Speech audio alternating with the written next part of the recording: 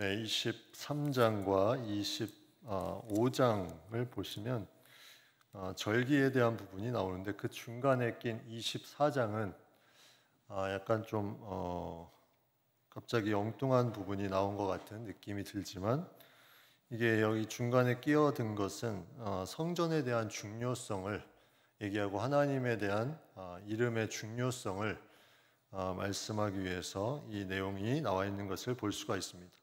우리가 성전하면 제일 생각하는 것이 이제 구약의 성전이죠. 그 성전하면 제일 중요한 것이 이제 지성소라고 알고 있는데 오늘 본문에는 그 지성소 앞에 그 들어가기 전에 있는 분향단이 있고 양쪽에 등잔대와 또 진설병을 놓은 이제 떡상이 있습니다. 이게 무슨 의미일까? 이게 어떤 부분에 중요한 부분이 있을까? 이제 우리가 이 부분을 오늘 말씀을 통해서 좀 보면 좋을 것 같은데 이제 일단 첫 번째로 1절부터 4절까지는 이 등잔불을 이제 켜놓는 그 내용을 이제 나오고 있는데 먼저 이 부분에 3절을 한번 보시면 아론은 해마간 증거계 휘장 밖에서 저녁부터 아침까지 여호와 앞에 항상 등잔불을 정리할지니 이는 너희 대대로 지킬 영원한 규례라. 등잔불을 정리한다는 것은 등잔불을 계속 켜놓는 것을 말합니다. 저녁부터 아침까지 어두운 밤에 불을 계속 켜놓는데 이 불의 이제 출애굽기에 보면 등잔대의 불빛이 7개가 이제 한 등잔에 쭉 이제 켜지게 됩니다. 7개. 그게 저녁부터 아침까지 계속 켜 있는 그 부분이 계속 반복됩니다. 계속 반복돼서 이 등잔불을 정리해라 이제 하고 나와 있는데 그 정리한다는 것이 불을 계속 켜놔라. 이것을 계속 점검하며 나아가는 것, 이것이 아론이 해야 될 것이다. 이것을 말씀하고 있죠. 감람을 찧어낸 순결한 기름, 감람유. 요즘에 이 식용유 중에 많은 종류가 있는데 감람유가 있죠. 올리브유, 그죠? 뭐 포도씨유, 또 뭐가 있습니까? 옥수수유, 뭐요? 콩기름, 뭐 다양하게 기름이 있는데 아무튼 짜서 이것을 기름으로 하는데 역사상 가장 오래된 기름이 바로 이 감람유, 올리브유입니다. 그래서 이 어떤 기름을 쓰냐에 따라서 요즘에는 이 건강에 좋으냐 나쁘냐 이것이 이제 판가름 된다고 하는데 뭐 어떤 것은 이제 뭐 포화 지방산이 많고 이제 뭐 다양하게 이제 그런 부분들이 나타나는데 이제 이러한 어떤 중요한 기름을 계속 공급하면서 불을 이제 내는 이 부분을 이제 이 성전 안에서 하고 있었다는 거죠.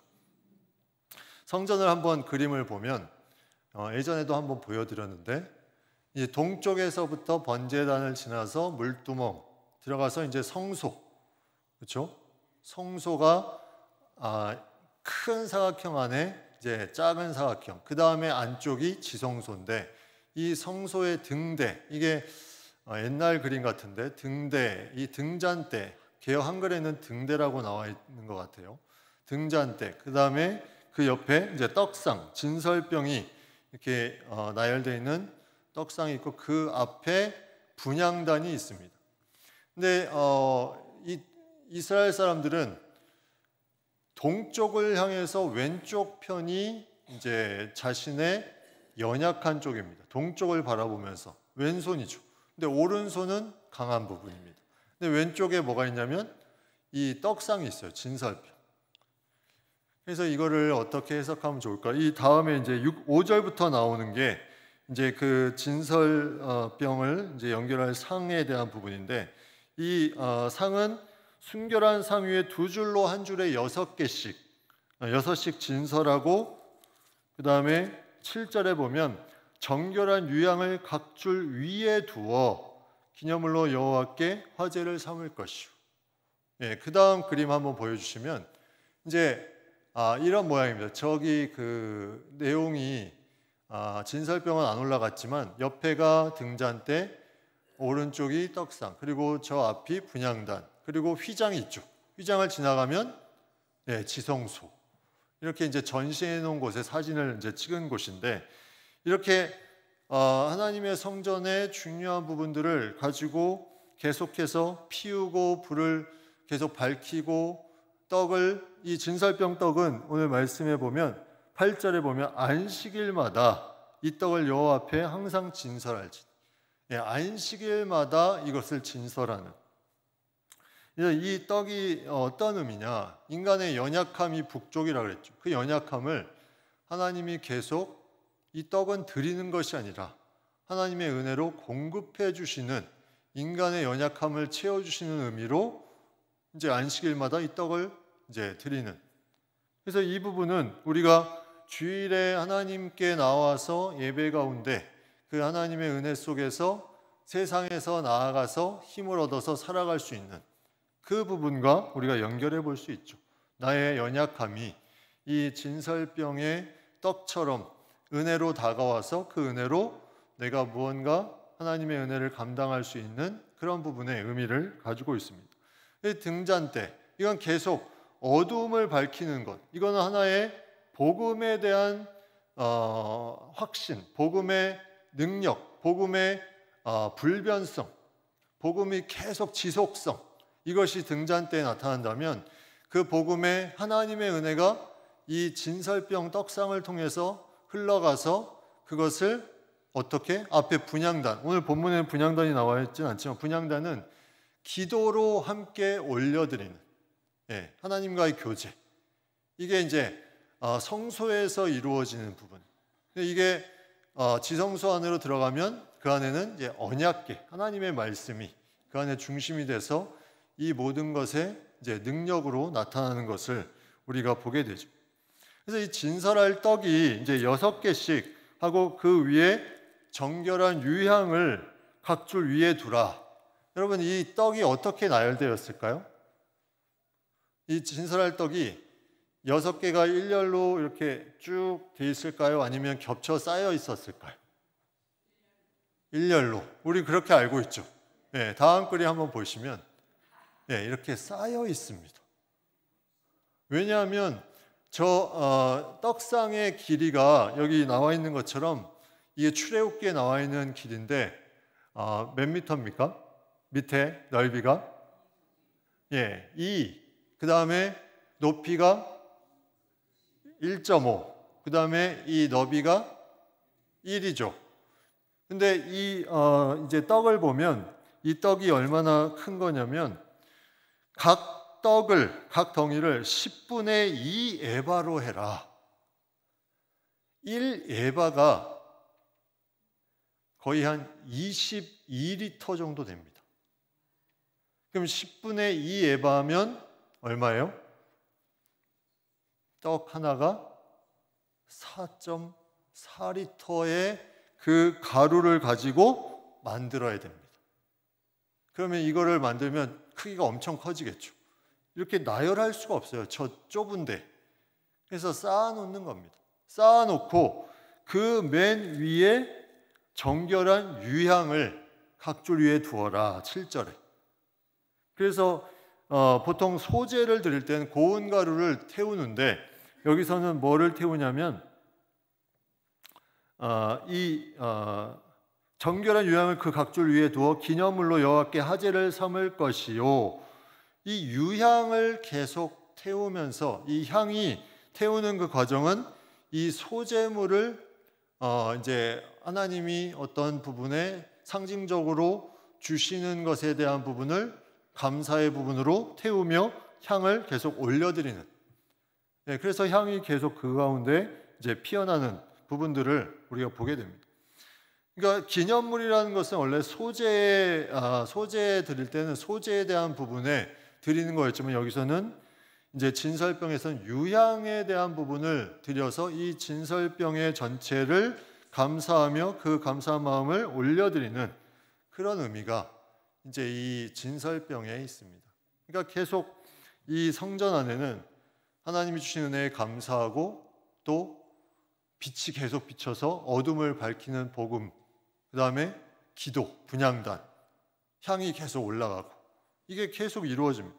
우리의 신앙의 중요한 부분이 그 가운데 이루어지는 거예요.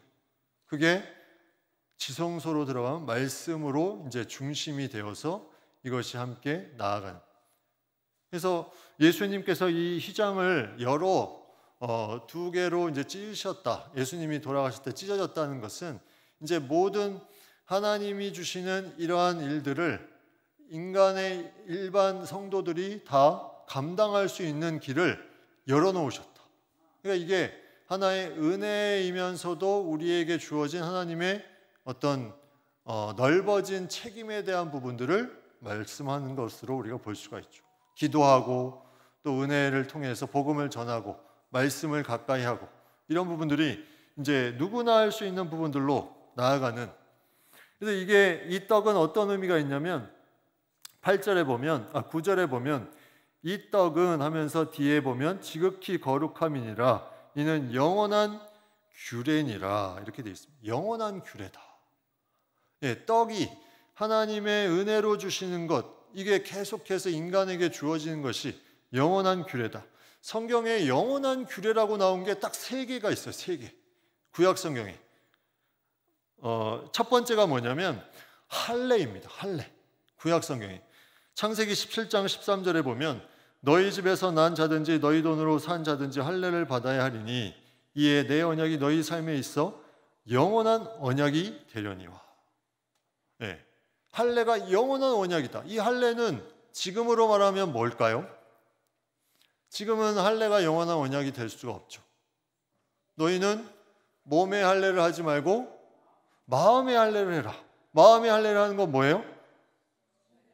네, 예수 그리스도를 통해서 우리가 죄 사함에 대한 부분, 네, 그것을 내가 믿는 것이 마음의 할례를 하는 거죠. 그게 영원한 언약입니다.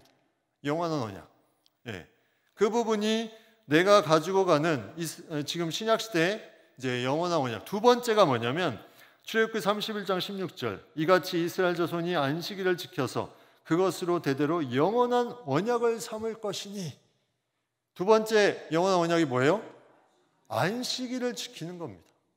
지금으로 말하면 주일을 지키는 거죠. 주일을 지키지 않고 영원한 언약을 받은 백성이라고 할 수가 없다는 거예요. 예배를 드리지 않고 영원한 언약 백성입니다 할 수 없는, 이게 신약에도 이어지는 부분이죠. 그 다음에 세 번째가 바로 이 떡입니다. 떡은 이제 이스라엘 백성들을 향해서 하나님 베풀어 주신 은혜, 이것에 대한 상징적인 것. 이 떡은 우리가 예배 최근에 한 것으로 생각하면 뭐예요? 예, 성찬. 예수님의 몸, 피를 나누는 것. 그게 우리를 위해서 주신 은혜죠.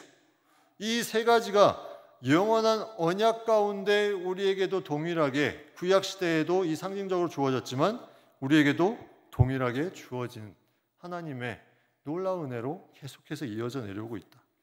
그래서 우리는 이 은혜를 항상 잊지 말아야 돼요.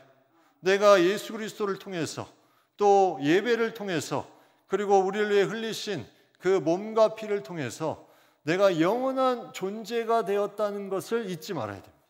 네, 그 부분이 우리의 삶의 중요한 핵심과도 같은 부분을 이 성전에서도 이렇게 구약시대에서도 나타내고 있다는 것. 이게 놀라운 구약과 신약의 하나의 연결되는 부분이죠.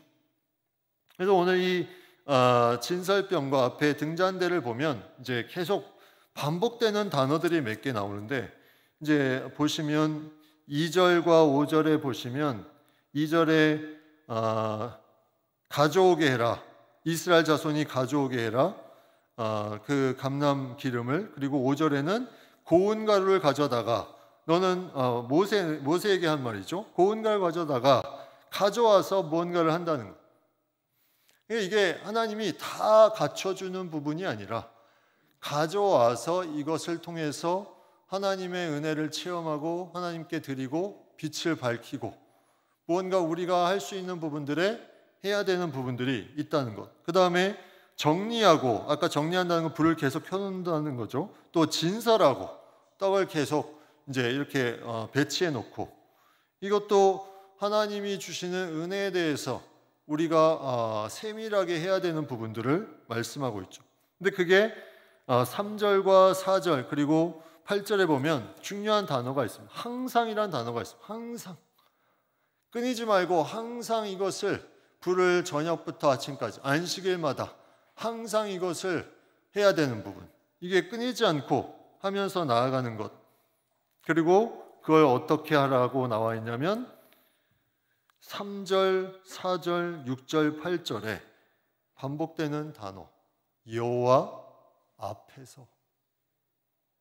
여호와 앞에서. 하나님 앞에서 하듯이 이것을 하라는 거죠. 하나님 앞에서 그냥 하는 것이 아니라 정말 마음을 다해서 이 여호와 앞에서라는 단어는 하나님의 임재 가운데 하라는 단어의 의미와 이 제사의 어떤 성전의 의미로 보면 휘장 앞에서 한다는 의미도 가지고 있습니다. 여호와 임재가 이 지성소 안에 가득 넘친다는 그런 부분으로 보면 아무튼 그 두 가지 의미, 여호와 앞에서 무언가를 너희가 열심히 이것을 해나가는 것, 이것이 하나님 앞에 중요함을 이 절기 사이사이에 이 부분을 말씀하고 있는 것입니다. 그래서 여기에 나타나는 이제 제물은 이 진설병은 지극히 거룩한 것이다 말씀하고 있죠. 지극히 거룩한 것이다. 9절 말씀에 지극히 거룩함이니라 하면서 이제 이 진설병에 대한 부분이 나타나 있는데 이 제사 지낼 때도 보면 지극히 거룩하다는 표현이 몇 번 나옵니다. 민수기 18장 9절 10절에 보면 지성물 중에 불사르지 아니한 것은 내 것이라. 이 제사장 아론에게 말하는 거죠. 그들이 내게 드리는 모든 헌물의 모든 소제와 속제제와 속건제물은 다 지극히 거룩한즉 너와 내 아들들에게 올리려니 지극히 거룩하게 여김으로 먹으라. 이는 내게 성물인즉 남자들이 다 먹을지니라. 예, 지극히 거룩한 건 뭐냐면 거룩한 제사장이 거룩한 곳에서 이 거룩한 음식을 먹는 것. 근데 다른 제사는 없고 소제, 속제제, 속건제 그리고 이 진설병 이렇게 이제 이것을 지극히 거룩하다고 표현하고 있습니다. 그러니까 지극히 거룩하다는 것은 무언가 하나님이 그 가운데 특별한 의미를 가지고 거룩한 제사장에게 거룩한 목적을 가지고 거룩한 것에서 먹게 제공을 한 것. 이것이 지극히 거룩한 것입니다. 번제에는 없습니다. 화목제에도 없습니다. 번제는 먹는 것 자체가 없고 화목제는 모든 백성들과 함께 먹는 제사이기 때문에 근데 소제, 속제제, 속건제에서만 제사장만이 먹을 수 있는 지극히 거룩한 제사를 드리고 그 고기를 또 그 고운 가루를 취할 수 있는 그래서 이 부분이 계속 이제 제사장에게 이것이 주어지는 부분들이 포로 이후에도 이 부분이 나타납니다. 그래서 포로 이후에는 이 부분을 이제 지극히 거룩한 장소를 따로 성전에 만들어서 거기서 먹는 그런 이상들을 보여주는 게 에스겔 말씀에 나오는데 이러한 부분들이 계속 그 후에도 성서에 계속 나와 있고 이러한 지극히 거룩함에 대해서 어떠한 부분을 어떻게 해야 되는지를 이제 얘기하는데 그 중에 한 부분을 보면 사무엘상 21장에 보면 노베 제사장 아히멜렉이 다윗과 도망한 사람들에게 이제 뭐라고 말하냐면 내가 가진 것은 거룩한 떡밖에 없다. 이게 이제 이 진설병을 말하는데 이 뒤에 보시면 내용에 그 거룩한 떡밖에 없다 하면서 그 제사장이 가지고 있는 떡을 다윗이 달라고 했을 때 원래는 주면은 안 됩니다. 왜냐하면 이건 제사장만이 먹을 수 있는데 다윗이 이것을 요구했을 때 배가 고파도 줄 수 없는데 그때 뭐라고 말하냐면 이 제사장이 그 거룩한 떡은 있나니 그 소년들이 다윗과 함께한 그 남자들이 여자를 가까이만 하지 아니하였으면 주리라 하면서 이걸 주게 됩니다. 원래는 주면 안 되는데 이것을 주게 되는데 예수님이 신약 성경에 와서 이 부분을 또 인용을 하세요. 예수님이 안식일에 밀이삭을 이제 잘라 먹는 것을 바리새인들이 막 책망하고 비난을 하니까 예수님이 뭐라고 말하냐면 그 옛날에 너희가 존경하던 다윗도 그 먹지 말아야 되는 진설병 떡을 먹었다. 그게 이제 마태복음 12장 4절에 그 말씀이 나옵니다. 마태복음 12장 4절 말씀에 하나님의 전에 들어가서 다윗이 제사장 외에는 자기나 그 함께한 자들이 먹어서는 안 되는 진설병을 먹지 아니하였느냐. 예수님이 이걸 인용하면서 너희가 존경하는 다윗도 이렇게 율법을 어겼어. 그러니까 야, 안식일에 먹는 것 가지고 너희 뭐라고 하면 안 된다. 너희가 율법을 그렇게 중요시 여기는데 지금 이 시대에는 율법이 아닌 하나님의 사랑으로 그 배고픈 사람들을 위해서 은혜를 베풀어주는 시대, 이것을 예수님이 인용하면서 이 구약의 율법에 대한 부분을 뛰어넘는 하나님의 사랑을 명확하게 예수님께서 말씀하고 있죠. 그래서 이 두 가지의 이 등잔 때와 진설병은 아주 중요한 성전의 역할로 우리에게 다가오고 있습니다. 그 다음에 또 나오는 것이 10절부터 23절에 보면 여호와 이름을 모독하는 것에 대한 내용이 나옵니다. 이제 이러한 진설병 등잔대에 대한 부분이 나오고 절기가 23장, 25장에 나오는데 왜 이 모독하는 것에 대한 내용이 나왔을까? 이제 여호와의 이름에 대한 부분, 너희가 절기를 지키고 이 성전에 대한 부분의 중요한 것들을 이제 다 알았으니까 이제는 제대로 출애굽기 20장에 나온 십계명의 세 번째 계명처럼 여호와 이름을 망령되이 일컫지 말라. 그런 여호와 이름을 제대로 사용해야지 잘못 사용하지 말라. 이 부분에 대해서 이제 얘기를 하는 거죠. 그래서 쭉 거기에 내용을 보시면 한 이제 여인이 모독해서 저주했다 이제 나오는데 그래서 12절에 보면 그를 가두고 여호와의 명령을 기다렸다. 어떻게 해야 되나? 이제 그 여인을 뭐 어떻게 조사를 했겠죠. 그래서 조사해서 그 여인이 결과적으로 모독한 것으로 드러나서 14절에 보면 저주한 사람을 진영 밖으로 끌어내어 그것을 들은 모든 사람이 그들의 손을 그의 머리에 얹게 하고 온 회중이 돌로 그를 쳤다. 이렇게 되어 있습니다. 신성 모독자의 그런 머리에 모든 사람이, 여기서 모든 사람은 그 신성 모독한 말을 들은 모든 사람. 그러니까 이제 생각을 해보십시오. 신성 모독하는 말을 막 했는데 그것을 들었어요. 근데 이 사람들이 손을 머리에 얹는다는 것은 무슨 의미일까요? 이 번제 드릴 때 손을 얹는 것은 무슨 의미예요? 내 죄가 이 동물에게 전가시키는 거죠. 이것도 마찬가지. 신성 모독하는 사람이 무슨 말을 했는데 그거를 누군가 들었어요. 그러면 그 사람도 죄가 있다. 그걸 누구한테 전가하냐면 이 신성 모독한 사람에게 전가를 합니다. 자신의 죄를. 그래서 안수를 하는 거예요. 손을 얹고 내 죄를 네가 제물로 다 사해라.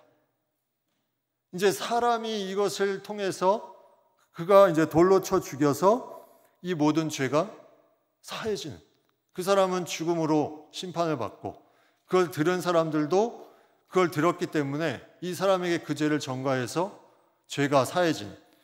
이게 얼마나 이 시대에 신성 모독이 엄하게 다스렸는지 우리가 볼 수가 있습니다. 예수님의 죄가 뭐예요? 예수님의 죄? 예수님의 죄도 신성 모독이었어요.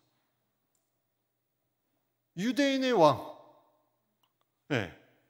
하나님과 같이 되려는 그런 부분들을 계속해서 책망하고 했던, 그게 바로 이 신약 시대에도 계속 다가왔던 부분이고, 또 사도행전 6장 11절에 보면 스데반도 마찬가지입니다. 스데반의 내용을 한번 보시면 사도행전 6장 11절, 사람들을 매수하여 말하게 하되 이 사람이 모세와 하나님을 모독하는 말을 하는 것을 우리가 들었노라. 모세와 하나님을 모독하는 말을 우리가 들었다. 여기에도 신성 모독. 결국 스데반은 돌로 쳐 죽게 되죠. 이스라엘 법에 의해서. 근데 예수님은 원래 이스라엘 법에 의하면 신성 모독하고 그랬으면 돌로 쳐야 그게 정상인데 그때는 로마법을 따르게 됩니다. 로마의 가장 흉악한 범죄인은 십자가형에 처하는. 그러니까 이스라엘의 이 사람들이 얼마나 악했는지 이걸 알 수 있죠. 자신들의 법으로 필요할 때는 이렇게 적용하고 또 더 악해지면 더 악한 방법으로 십자가에 못 박아라. 이런 식으로 이제 자신들의 어떤 만족을 위해서 신성 모독한 대상들을 각 나라의 법을 통해서 그렇게 적용을 시켜버린. 결국 그러한 부분들이 계속 구약의 율법에 대한 부분이 신약에서도 이루어지면서 이것을 통해서 이제 어려움을 당하는 많은 순교자들이 또 예수님까지 그렇게 나오는 것을 우리가 보게 됩니다. 결국 여기서도 마지막 절에 보면 결과가 나오죠. 모세가 이스라엘 자손에게 말하니 그들이 그 저주한 자를 진영 밖으로 끌어내어 돌로 쳤더라. 이스라엘 자손이 여호와께서 모세에게 명령하신 대로 행하였더라. 결국 이게 이제 결론적으로 신성 모독한 자에 대한 결말이었어요.